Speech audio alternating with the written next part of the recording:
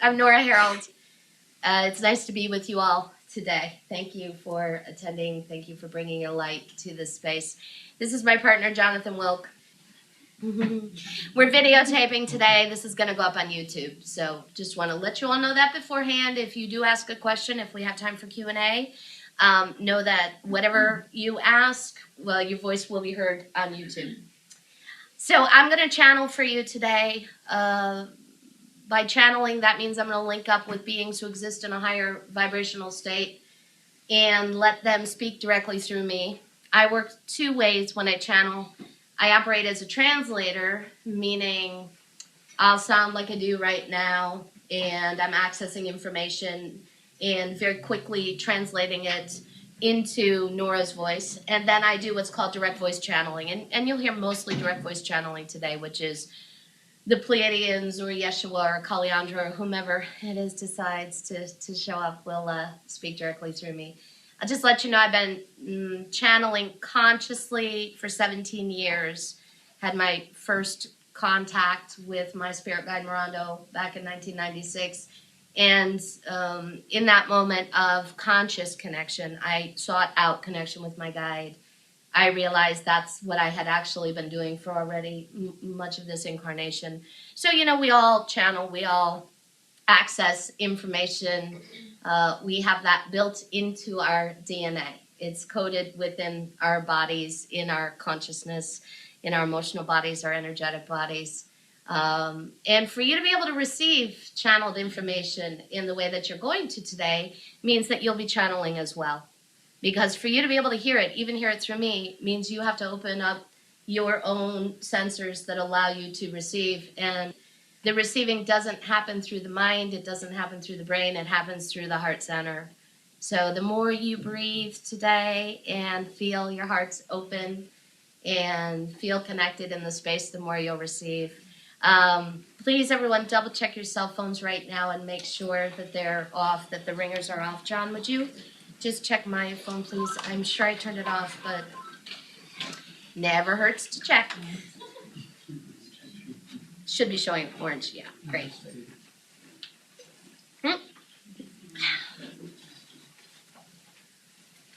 Thank you. So I think what's going to happen is I'm going to channel for a bit of time, and then they'll say what they have to say in lecture format, and then we'll do some Q&A.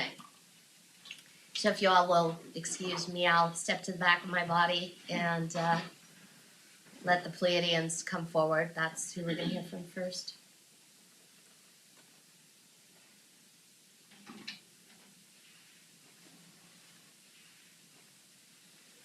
Greetings, this is the Pleiadian Collective, and it is wonderful to be here with all of you universal beings of light and love.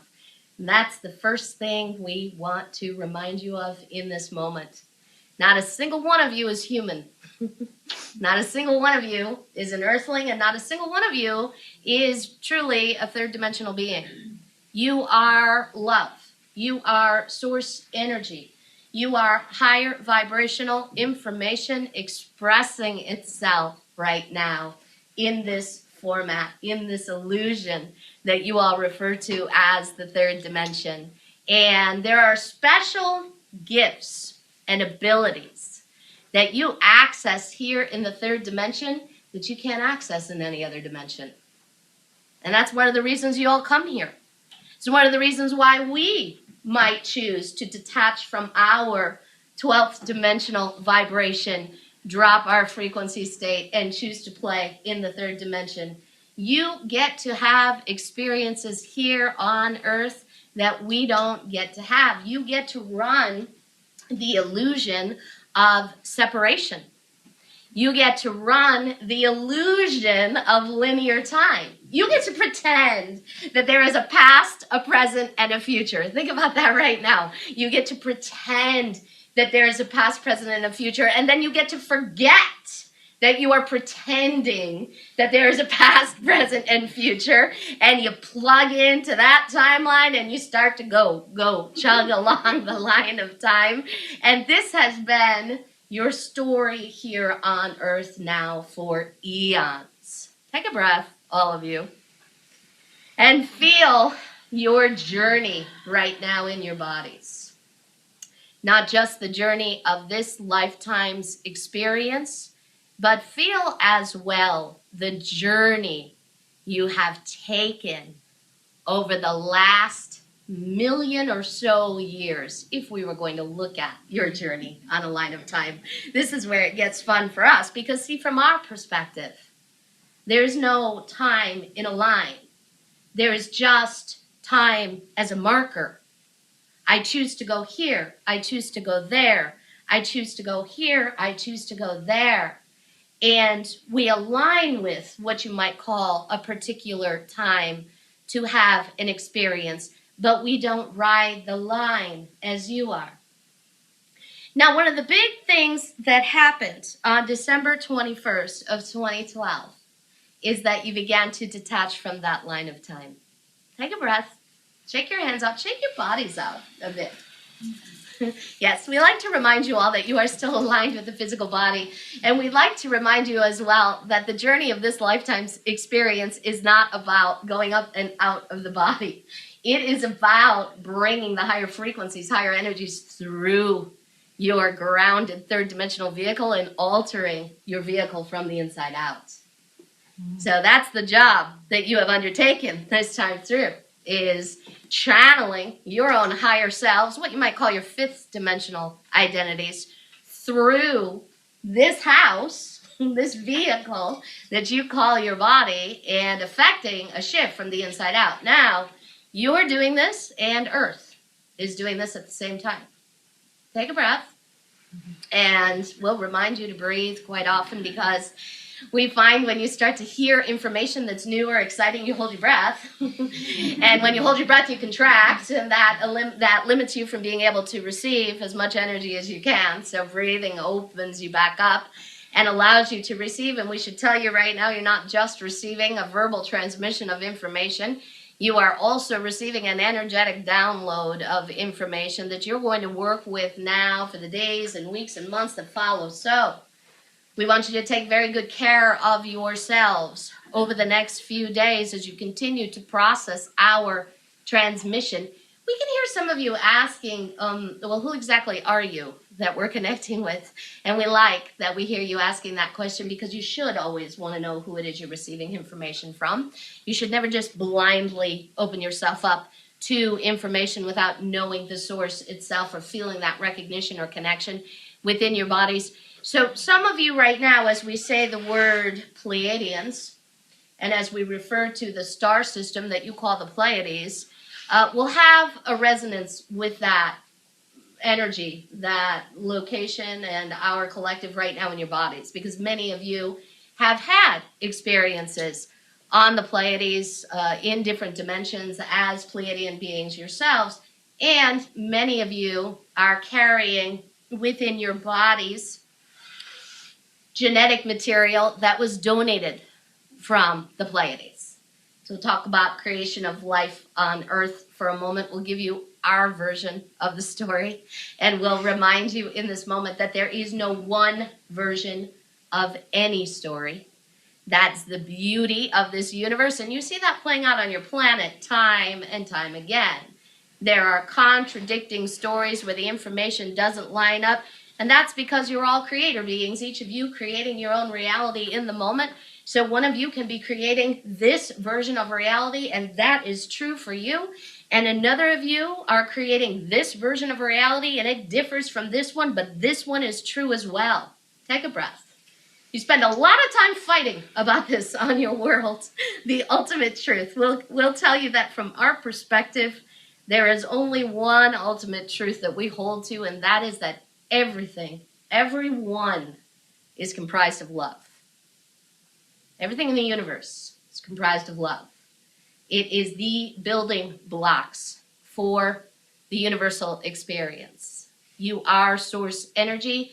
There is not a single speck of energy, whether it appears to be light or dark, that is anything but love.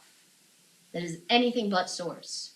We really want you to take this piece with you back into your day-to-day reality. Because you still play the game here on the planet of the good guys and the bad guys. And sometimes you believe so much in the game that you begin to believe the bad guys are comprised of darkness. They're not. They are love, expressing itself as darkness so you can better see the light. Because in a dualistic reality, as you have here, where you have light and dark, left and right, male and female, on and on, you cannot have light without the dark. You would not be able to understand yourselves. And every single one of you listening to this information, taking it in, experiencing it right now, you have certainly had your dark adventures. Take a breath and really feel the truth of that. Oh, lighten up, everyone, as you process this piece of information, because you often feel like, oh, it's the lifetimes where I was killed or raped or persecuted that give me the most trouble. No, we would say to you it's the lifetimes where you killed, you raped, you persecuted that give you the most trouble, because you still carry shame and guilt and fear that you might choose to go in that direction again. Take a breath. And think about right now all of those that you would choose to call the villains in your current reality. And in this moment, choose to see them as beings of love and light. Whoever they are, whether they be politicians, a parental figure, the Anunnaki, whatever you want to call them, whatever you're projecting onto them, choose to see them right now as beings of love. This is your job as a light worker. This right here is your number one assignment in this lifetime. To remember that you are love and that all is love. Take a breath. So how do you walk around the planet all day long, every day, operating from this place, remembering that this is true? It's challenging, yes. And none of you are going to do it all the time. And there's not that expectation being run by any of us that you will. There's not that expectation being projected onto any of you. In fact, what we see is the ones who are projecting the greatest kind of expectation on yourselves are you.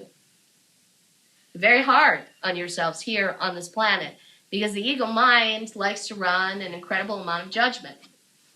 And as soon as the ego mind or the third dimensional personality activates and begins to respond from its own trauma, because that's where judgment comes from, trauma.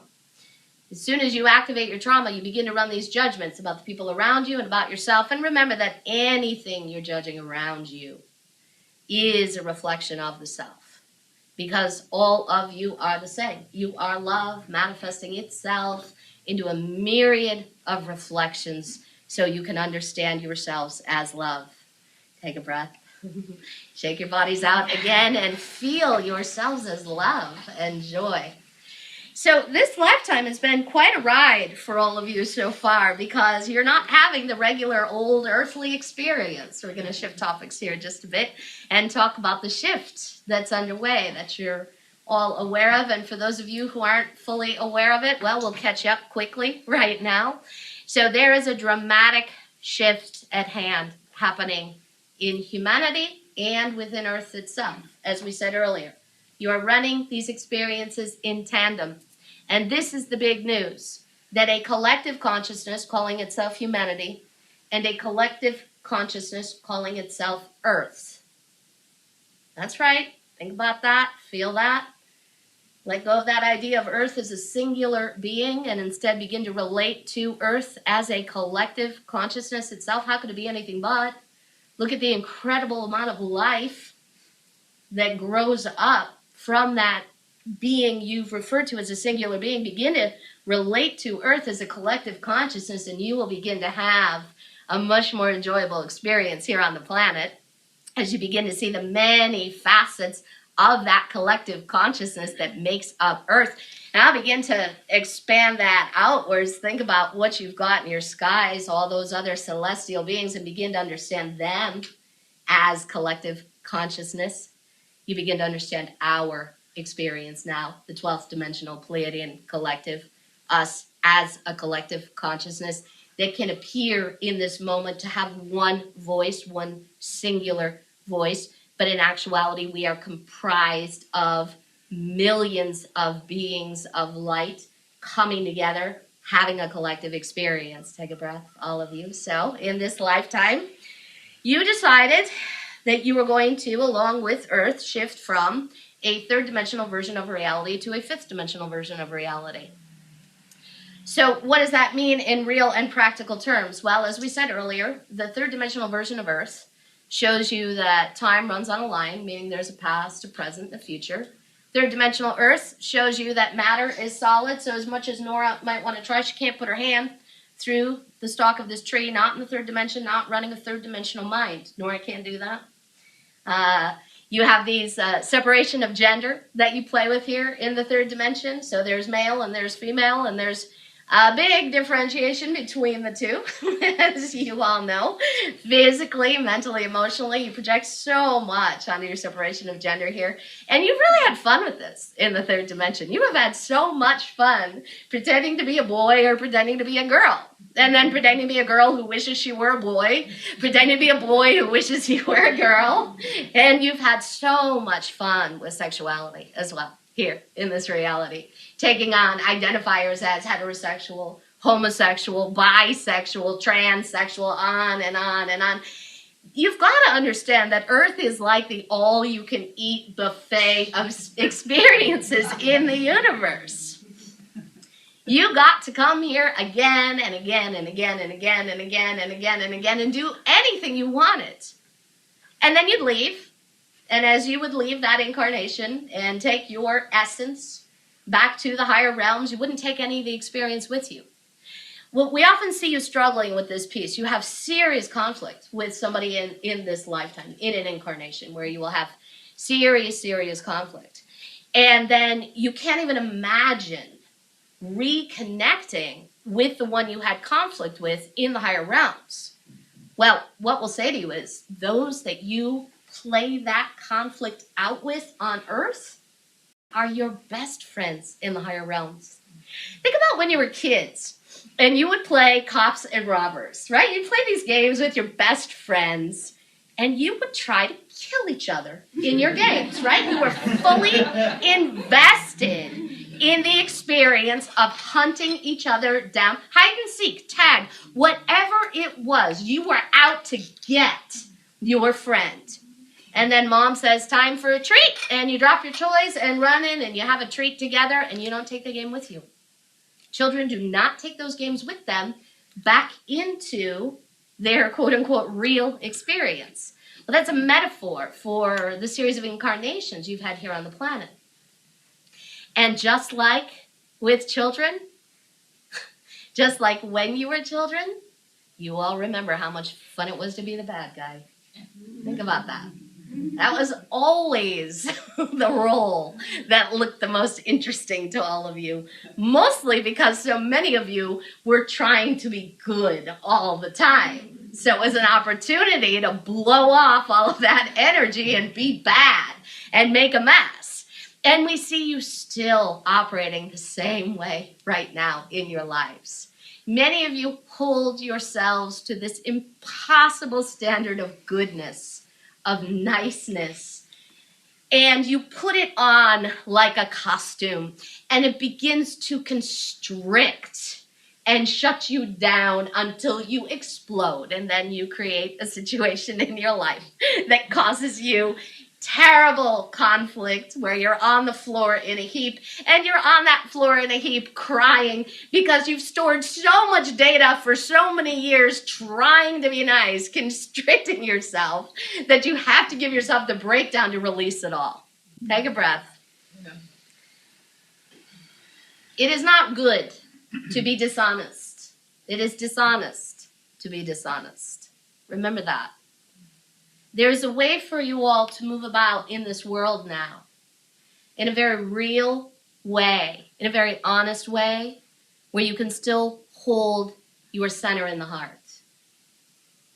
If you put on the costume of goodness, it's going to prevent you from doing that. And we want you to take this with you as well, because we often see you all holding back from saying what it is you really want to say, out of a fear that someone will judge you as not being kind, not being generous, not being good. And all you do when you do that is dim your light. You restrict your access, you restrict your flow. Okay, back to the big story at hand. So, you've incarnated here time and time and time and time again. But in this lifetime, the intent was to come here, start your lives like a normal earthly experience. So many of you did. And you created relationships and work and family and drama. And then at some point, the energy was going to shift, which was going to allow you to drop into your heart centers, begin to disable the third dimensional mind. And this is going on right now. This is the big experience you're having right now. You're dropping into your heart centers and you're disabling the third dimensional mind. So what does that mean? You're forgetful. You can't remember where you put that thing or what happened on that day. Yesterday feels like 5 years ago, and tomorrow feels like it'll be in a minute. Time is completely eluding all of you, and this is because the third dimensional mind is what you have used to keep yourselves on the third dimension. It's a limiter. The third dimensional mind throws out any extraneous data that tells you you are anything but a third dimensional being or anywhere but the third dimension. So as you dropped into your heart centers and began to operate from the heart as your center, as the computer, as you stopped using the mind as the computer and began to use the heart as the computer, the third dimensional mind began to break down. As the third dimensional mind has begun to break down, the fifth dimensional mind has begun construction. Take a breath, and it's not really construction. We just like to play with images in this way. You already have third dimensional minds, all of you. They don't need to be built. They are there, ready for you to use whenever you feel fully ready to access them. So what will a fifth dimensional mind give you? Well, the fifth dimensional experience will be a mind, heart-centered, connected experience where you will begin to truly transcend all of the limitations you have placed upon yourself in the third dimension, meaning you're going to let go of gender identifiers. And you're seeing this in a lot of your children coming in these days. A lot of the children coming in are looking and feeling and acting more androgynous. And that's because they're coming in as the more genuine, true versions of themselves, universal beings of light, running both male and female energy, or yin and yang energy, as we like to say. We're trying to help you all really clear your attachments now from this idea that you are a man or a woman. So even when we talk about male and female energy, you still automatically have pictures in your minds of men and women. So the male instead now becomes yang energy, and the female, the yin. You use the words yin and yang, yin for the female, yang for the male, in this way. It doesn't automatically trigger these images of men and women in your mind that keeps you locked into gender. Take a breath. This is a big piece for all of you. Release of your attachment to gender, gender roles, gender assignments, and the sexual issues that go along with your attachment to your gender.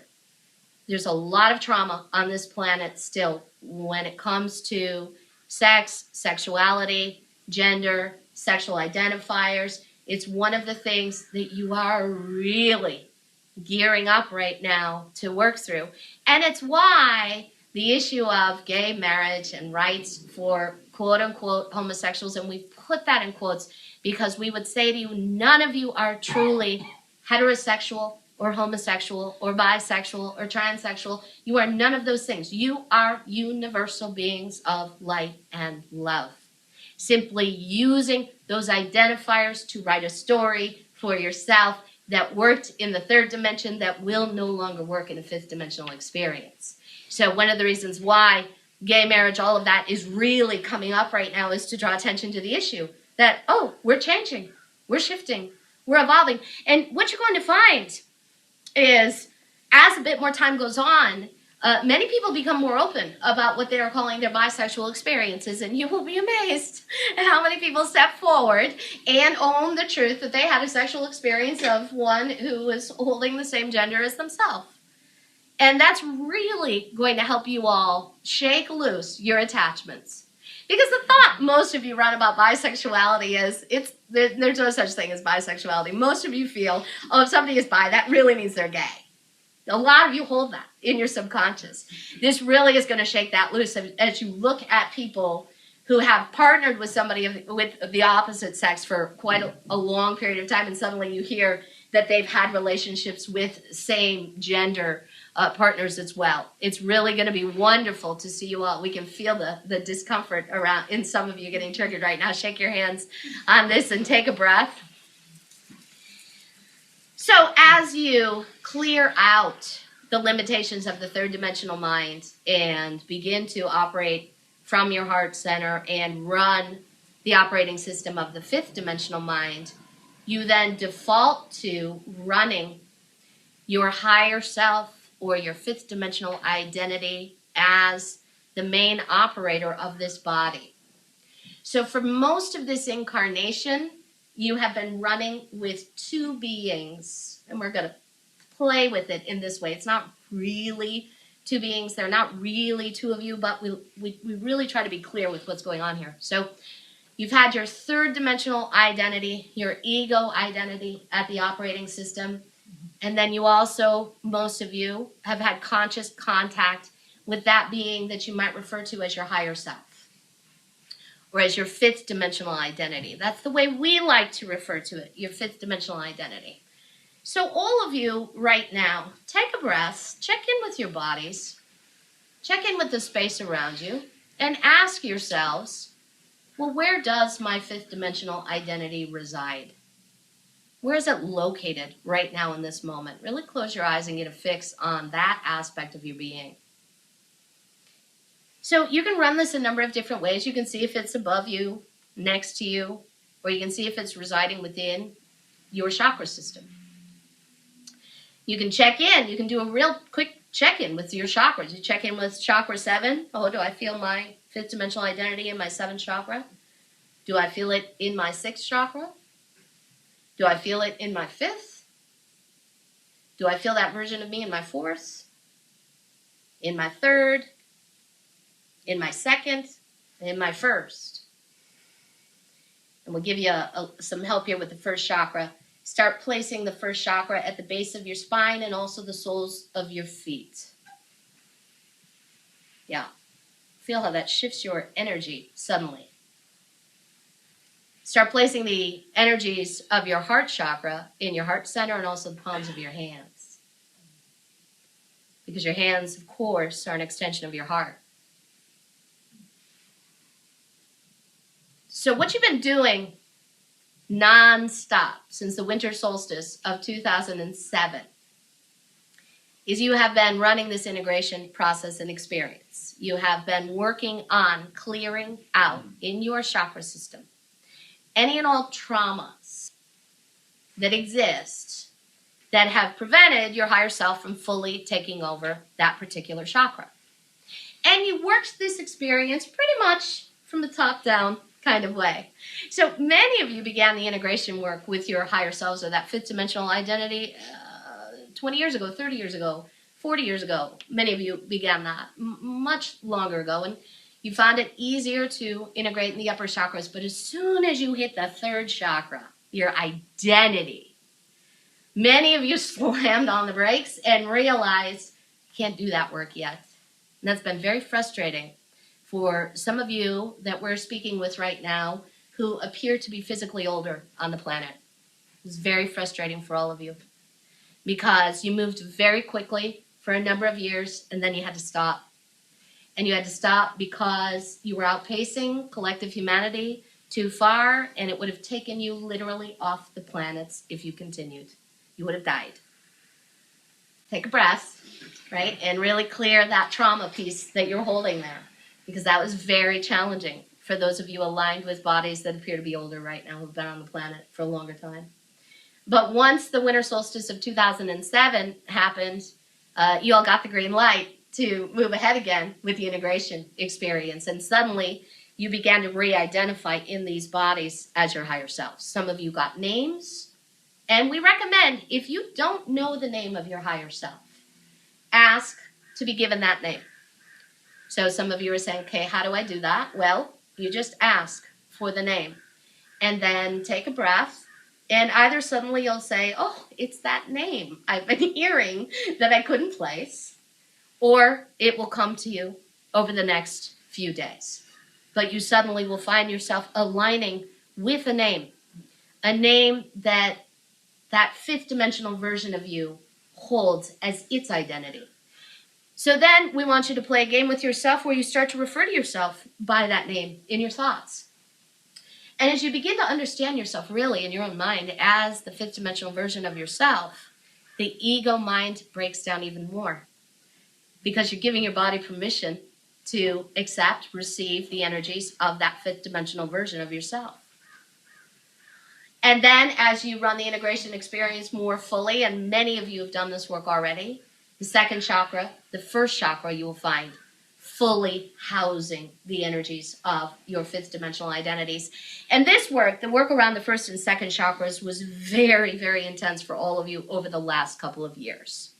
We saw in 2011, many of you began that second chakra integration work where a lot of your emotional issues came up, a lot of your sexual issues came up, a lot of your issues around your power and around your creative expression came up. And many of you during 2011 had significant emotional breakdowns to facilitate the process. How do you create an emotional breakdown in your lives? Well, usually you make a mess.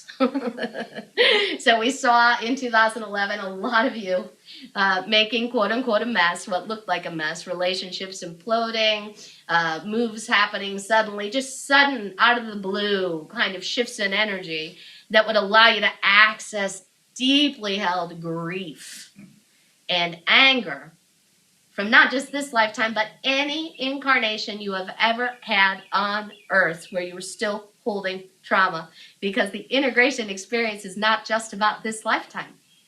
It's not just about these bodies and this experience. You are in the process of clearing up any and all unresolved energy from any lifetime you have ever had anywhere in the universe. Take a breath. Yes.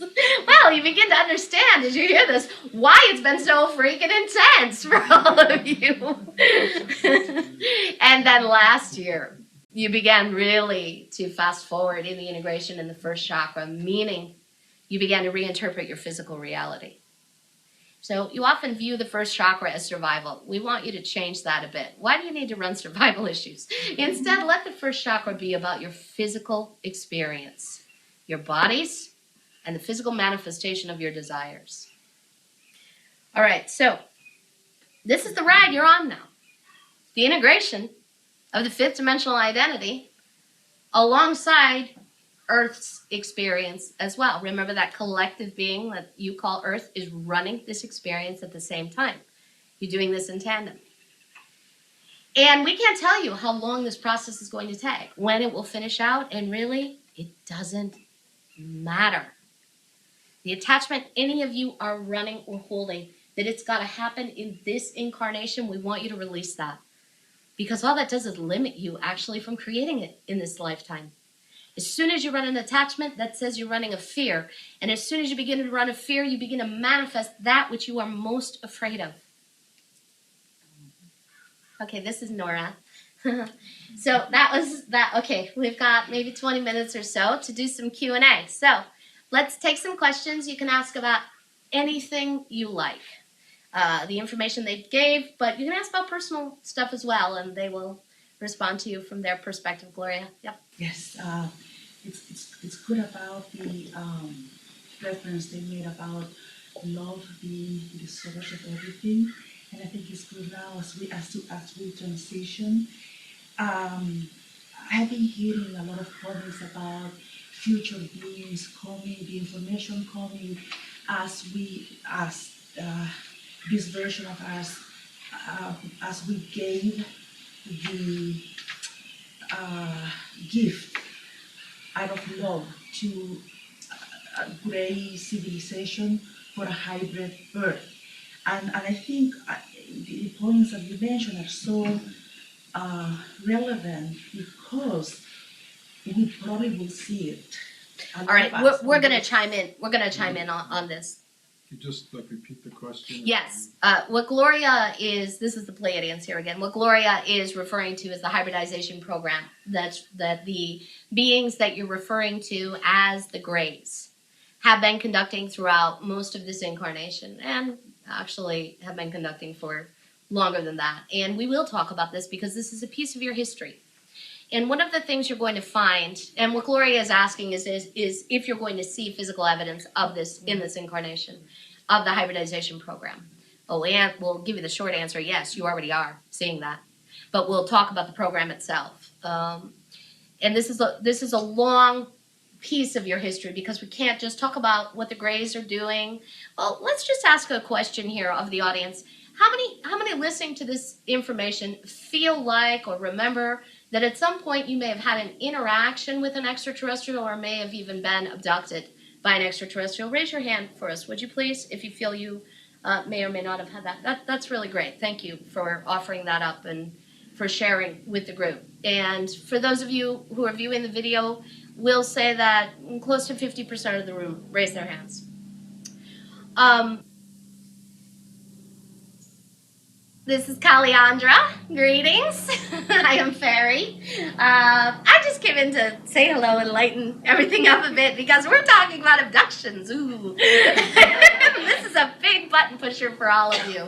I am fifth dimensional fairy. So when I say the word fairy, I want you to immediately dismiss the image of Tinkerbell, please. We are gigantic beings of light who are able to manifest ourselves physically or not, at will, and this is where you're headed. We run a full fifth dimensional experience, and we have been holding the fifth dimensional vibration for all of you until you make your way there and seat yourselves fully in that fifth dimensional experience, and then we'll head off to the sixth dimension and have our fun there. That's our next step, our next journey. We're going to give you some history. So, long ago during the Orion Wars. Woo, Orion Wars. Huh, what's that? Take a breath. We're going to give you galactic history right now. This is part of what we do because this is not history you can look up in any of your history books. Well, not the ones that they teach in school, at least. You can find some of these facts and statements and understandings of reality in your metaphysical bookstores. And we'll remind you, this is one version of Earth's history. This is not the version because there's not just one version. As the Pleiadians said, there are many, many versions of your history because each of you are a creator being, creating your own version of reality. We like to remind you all that there are as many versions of reality as there are beings to interpret reality. Take a breath. This piece can really help you stop fighting. Because you don't need to fight then with the person who holds that particular religious belief any longer. If you can remember that their belief is their reality. Doesn't have to be yours and you don't have to make them see yours. We're aware that you're calling this the Lightworker Recharge Retreat. Everyone on the planet is a Lightworker. Every single one of you. You're using the word to define those of you who have awakened what we're calling your ET consciousness. Take a breath. We see sometimes you use the word light worker to isolate yourselves. You say, oh, I'm a light worker. There aren't that many of me on the planet. And you both run then a feeling of superiority and then also feelings of inferiority and isolation. So we'll remind you that you are all light workers. You are all doing exactly what it is you wanted to do in this incarnation at the time you wanted to do it. Okay, back to the grace. So, after the Orion Wars, when the fairy planets were destroyed, and we're giving you this information because all of you in the room have trauma, all of you listening, relating back to this information. So this is why we give galactic history. This is why you look at your history. They're not just interesting stories. They are your experiences. Both experiences on Earth and experiences off-world. This is the Pleiadians here. We're going to take over from Calliandra and finish here. So the Orion Wars happened and the fairies' planets were destroyed during the Orion Wars. And the fairies found themselves welcomed onto Lyra. in the Vegan star system. The Lyrans were very welcoming to the fairy. And the Lyrans themselves were highly intellectualized, very, very technologically advanced beings who ran somewhat of an emotional experience, but didn't quite value the emotional, the creative, the artistic expression, but they so valued the fairies' ability to express in that way. So the Lyrans welcomed the fairies in, understanding they could learn from the fairy. They saw them as equals. And the Lyrans and the fairies married, for lack of a better word, created beings together, and they created a hybrid race that we're calling the Lyran fairy hybrids. And that race traveled the universe having fun, and then at one point, that race noticed an opening on Earth.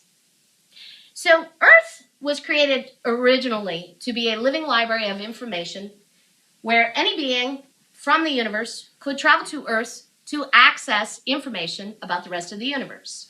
Earth was seeded by many different kinds of extraterrestrial, celestial, biological entities and beings. And you are all a mishmash of the universe, as you often see the United States being a mishmash of your planet. So the United States itself served for a long time as that microcosmic experience and a wake-up call. It's one of the reasons why the United States was created in the way that it was, seeded by the rest of your planet in the way that it was. It was part of your awakening experience. As above, so below. We'll reference the Bible and remind you there is truth to be found everywhere. And then there are distortions to be found everywhere as well. It is up to you to discern what feels true to you. It may be one word within the context of an entire paragraph, but if that word rings true, then it is truth for you in the moment. So the hybrids were created. They found their way to Earth. They found an opening. Earth had been co-opted. It had been taken over by what you would call a dark energy that was using Earth for resources and that had greatly dumbed down, so to speak, the original version of the Earthling. So the original Earthling was a much more highly advanced being than you all appear to be right now. Ran a system of 12 strands of DNA. We're glad you found that funny. We were trying to make a joke. We were trying to tell that to you in the kindest way possible. But this is how you all perceive yourselves. So much of that DNA at some point in your original form was unplugged. You were taken apart. You were left with this version of yourselves. The hybrids came in and recognized that quote-unquote dark energy, the Anunnaki, the reptilian energy, had left Earth and created Lemuria. And in the creation of Lemuria, the hybrids brought Earthlings to their ships and created an Earthling, Lyran, fairy, hybrid race. Take a breath. And these are your ancestors. At some point, Lemuria had to be removed from the planet. The Lyrans got word that the quote-unquote dark beings were returning.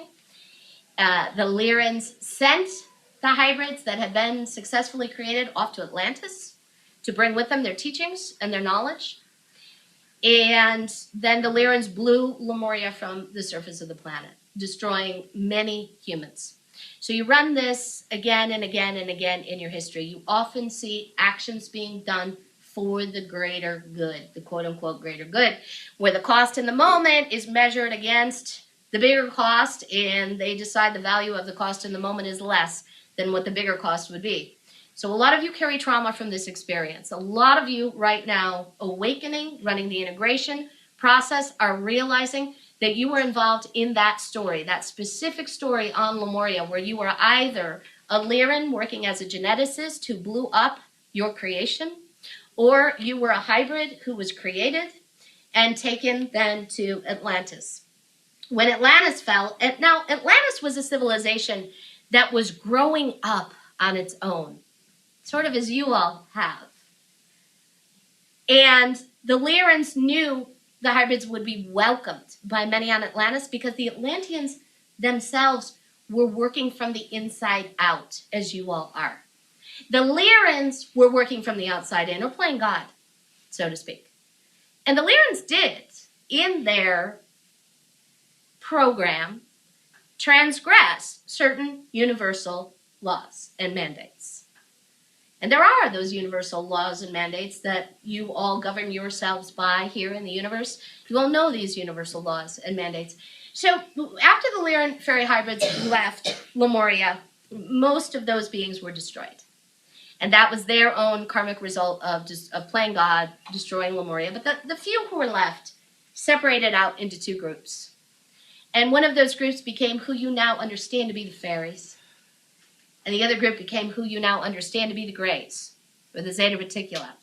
And those are those aliens who are gray-headed with big eyes. And the Greys themselves do not run an emotional body. So at some point they lost the ability to be able to procreate or reproduce on their own. And they had to go to cloning to propagate their species. And you can only clone something for so long, so many times, before it degrades. You cannot copy something again and again and again. So their species began to die out.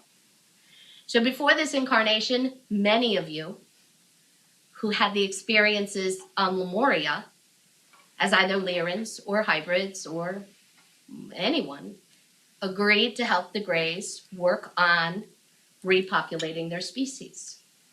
And that repopulation, that repropagation of their species is underway. And it's the abduction phenomenon you all know about. It's in your films. There have been TV shows done about it, books written about it, and as we heard from you earlier in the day today, some of you remember it yourselves. For any of you who boarded a craft in the appearance of going against your own will, know that some level of you was fully in agreement with the experience, as is true for all of your experiences on Earth. Everything you experience on some level is your creation. Now, that doesn't mean your mind is saying, I want to be abused. It's not that simple. You all understand that. But you know that you wanted to access more information, more compassion, more love, and more understanding in this lifetime. And one of the things you all did was place in your childhoods experiences that would rip you open emotionally and start that process. Take a breath. So, Gloria, to answer your question, yes, there are hybrids currently in existence. There are hybrids both on Earth. Think about that, all of you. Ooh, who in the room might be a hybrid? On some level, you all are. Understand this. You all are hybrids. You are all a mishmash of genetic material created in other places in the universe. At some point, you are all hybrids. But what you're seeing coming onto the planet now are beings who are carrying a propensity of genetic material that appears to come from the Greys. And a lot of these beings are being diagnosed as autistic. Right. Because their frequency, their vibration does not match the frequency and vibration of collective humanity. They're coming in at a higher rate. And what do you hear about the autistics? They don't understand emotions the way that humans do. Well, that's the Greys' problem or issue, or it's not really a problem. That's the Greys' state. That's who they are. So as you continue to shift and evolve, you're going to find yourselves suddenly being able to match the frequency of these children you're calling autistic. It's not about changing them. It's not about altering them. It's about accepting them exactly as they are and matching your vibration to theirs. Now, as you match your vibration to theirs, that then does allow them to alter their vibration in the way that is for their highest good. What many are projecting onto them is not really what's for their highest good. So this was a long story and answer to your question. The other piece of that question Gloria is asking about is that she wants to know about the hybrid children that are off-world. Mm-hmm. Yeah.